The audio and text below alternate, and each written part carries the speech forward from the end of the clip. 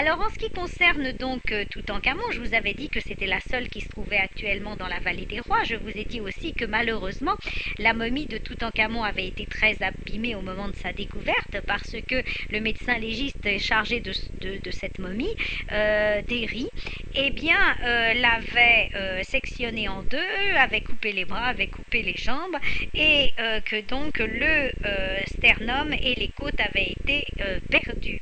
Et puis je vous avais également dit qu'il avait fallu utiliser des ciseaux et un marteau pour dégager la tête de la momie de son masque funéraire.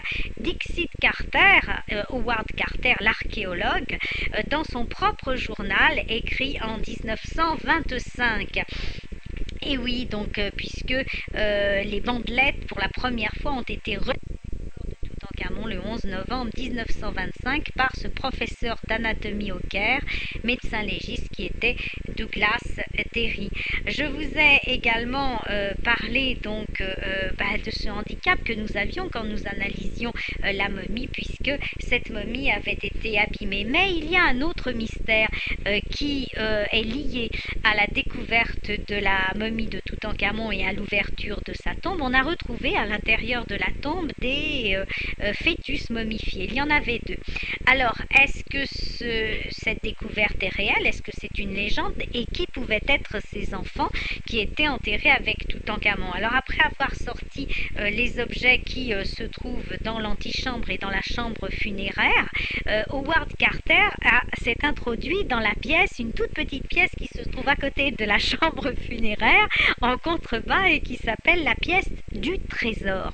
Il n'a terminé d'ailleurs la recette de cette salle qu'en 1927, tellement il y avait de pièces à étudier.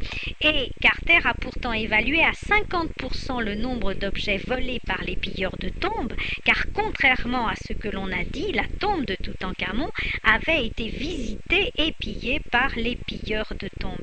Les extrêmement petites, toutes ces pièces avaient été accumulées les unes sur les autres, les chars avaient été démontés, mais 170 objets quand même ont été retrouvés.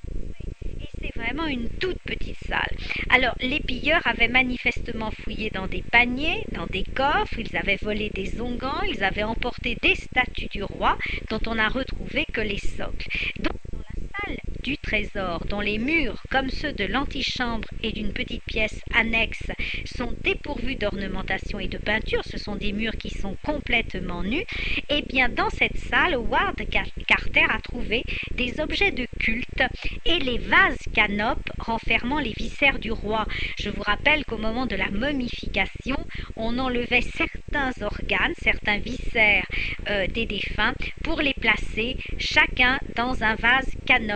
Il y en avait 4, c'était donc des vases, avec souvent un bouchon en forme de tête de Dieu ou bien en forme de tête du défunt.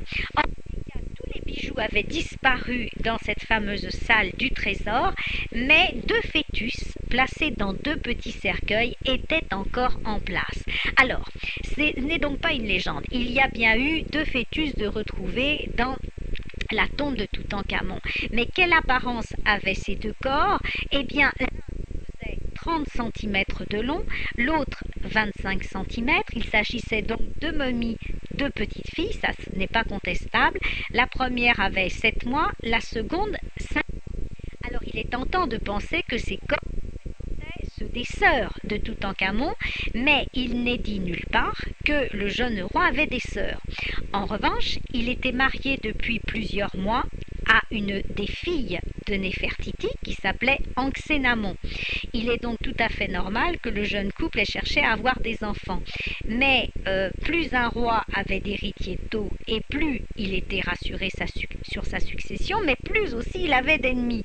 Alors les grands prêtres et le peuple encourageaient les pharaons à se marier jeunes et à avoir le plus grand nombre d'héritiers possible, puisque le taux de mortalité en Égypte était extrêmement élevé. Mais d'un autre côté, tous les ministres qui essayaient eux aussi de placer leur fils sur le trône freinaient des cas de fer pour que le pharaon ait un successeur. Alors, a bien bien sûr examiné le premier fœtus, Douglas Derry s'est occupé du second fœtus et dans le même temps Carter a inspecté la dernière pièce de la sépulture de Toutankhamon, là où les pilleurs avaient fouillé coffres et paniers. Ils avaient même laissé leurs traces de pas sur le sol, donc on est absolument sûr qu'il y a eu des pilleurs dans cette tombe. Le travail a commencé en novembre 1927. L'examen des deux fœtus n'a rien révélé de plus. S'il s'agissait des enfants du couple royal, il semble qu'Ankhénamon n'ait pas réussi à mener ses grossesses à terme, ce qui a dû causer un certain émoi dans la famille royale et dans le peuple. Et une étonnante malédiction touchait en effet les rois de la 18e dynastie qui n'avaient pas eu beaucoup d'enfants avec les grandes épouses royales et qui manquaient la plupart du temps de princes héritiers. Donc, l'histoire paraît se répéter encore une fois avec Toutankhamon et il n'est pas exclu en tous les cas que ces deux petites filles aient été donc les enfants, je le répète, d'Ankhénamon, fille de Néfertiti et de Toutankhamon.